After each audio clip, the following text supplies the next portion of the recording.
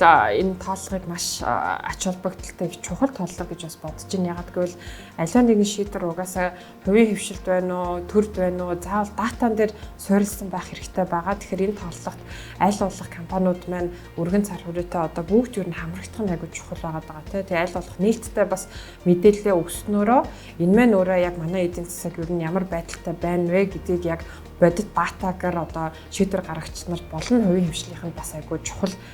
ийм алч холбогдолтой байгаа. Ягаад гэвэл ялангуяа одоо хувийн хвшлийнхэн ч гэсэн эдийн засаг маань яг одоо ямар байдалтай байгаа, ер нь цаашдаа яах гэж байгаа, ялангуяа одоо салбар маань ямар байгаа гэх мэт юм бодит одоо мэдээлэл дээрээ үндэслээд бас шийдвэрүүдээ гаргаад явах хэрэгтэй. Бодит хэрвээ датан дээр ажиллахгүй энэ статистик гэдэг зүйлийг өөрөө одоо зөвөр ашиглахгүй бол шийдвэрүүд маань бас их буруу гарч байгаа. Тэгэхээр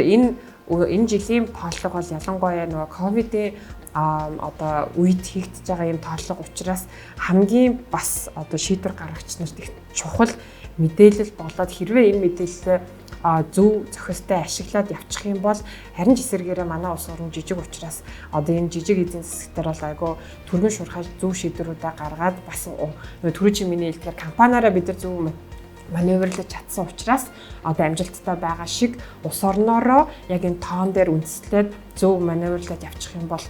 ер нь бас их тажиггүй байх боломжтой л гэж бодод байгаа юм.